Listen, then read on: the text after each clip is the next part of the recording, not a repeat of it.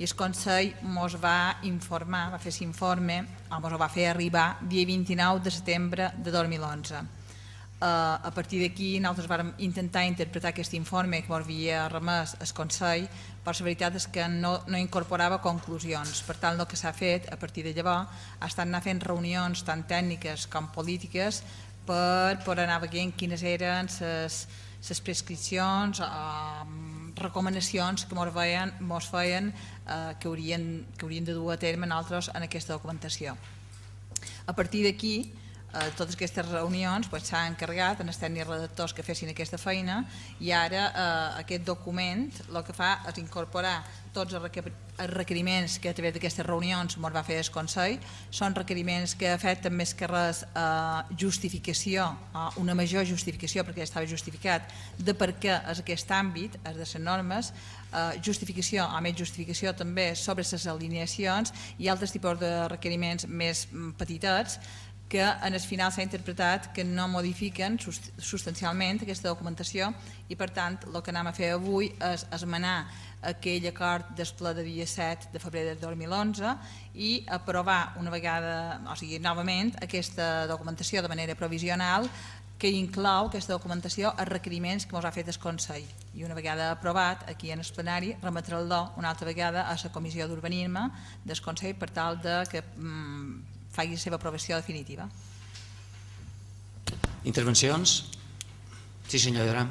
Sí, bé, jo crec que la feina està bé, ja la comissió que ho aprovarem pràcticament per unanimitat, no record si va ser per unanimitat o segur quasi, i bé, nosaltres tot avançat ja per una solució de l'urbanisme fartàrics, bé, endavant, vos donem suport, només faltaria. A més, la comissió s'ha d'explicar perfectament que la presència de funcionaris allí potser quasi excessiva perquè se va... Bé, ja ho sabe, no hi ha problema, però crec que se va dir tot així com s'havia dit a la comissió. I donen suport, i va elaborar, que no han anat nitos, com ha insinuat en els primers punts de l'ordre del dia, que donen suport a les coses importants que se consensuen i que en tot cas vigili la sanitat dins del seu equip de govern perquè avui s'ha demostrat un poc més que no és oposició. El que passa és que ja ho vaig dir dins la comissió, crec que és important repetir-ho, que així amb aquest canvi de normes se queda pendent d'un pla especial la zona, direm, dels Molins, perquè ens entenguem, la zona que està entre el Serraut, la plaça Concòrdia, que hi ha els Molins afectats. Clar, és que el pla especial de Fartari i el pla especial de la illeta de Joan Lliteres estan pendents fa 30 anys que estan pendents i jo crec que aquesta gent que està afectada per aquesta impossibilitat de demanar una llicència quan vol fer una obra haurien de posar remei, però haurien de posar remei d'una forma ja urgent perquè no podem esperar més temps. Jo crec que Fartari ja ha estat 30 anys també, a partir de que s'aprovi això podrà demanar llicències, se podrien fer manteniments, és vera, però jo crec que també la zona que està afectada per aquesta gent dels Molins en aquests moments seguirà sense poder demanar llicències perquè haurà d'estar pendent d'un pla especial que l'Ajuntament ho ha condemnat a que se faci, però s'ha de fer, si no ho fem continuarà passant el temps i que la gent continuarà igual sense tenir dret a edificar. Sí, jo hi afegiria també la zona també d'aquí del convent, que està afectada també per el que volia ser en el principi sistema de jutjar, no té si li estic donant la raó, però inclús hi afegiria el malbé que estem fent a certes zones. Senyor Mé? Jo crec que no vull llevar prou d'acord-me a la senyora Riera, però ara tindran la possibilitat d'un davant el pla especial de Molins.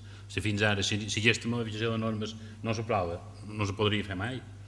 I jo, d'aquesta manera, aduient d'aquesta modificació de normes, ara serà possible tirar endavant en el Molins de Fartàrits. I en el seu moment ja se va mirar per Joan Lliteres. Si hagués estat possible, crec que s'hagués fet de la mateixa manera.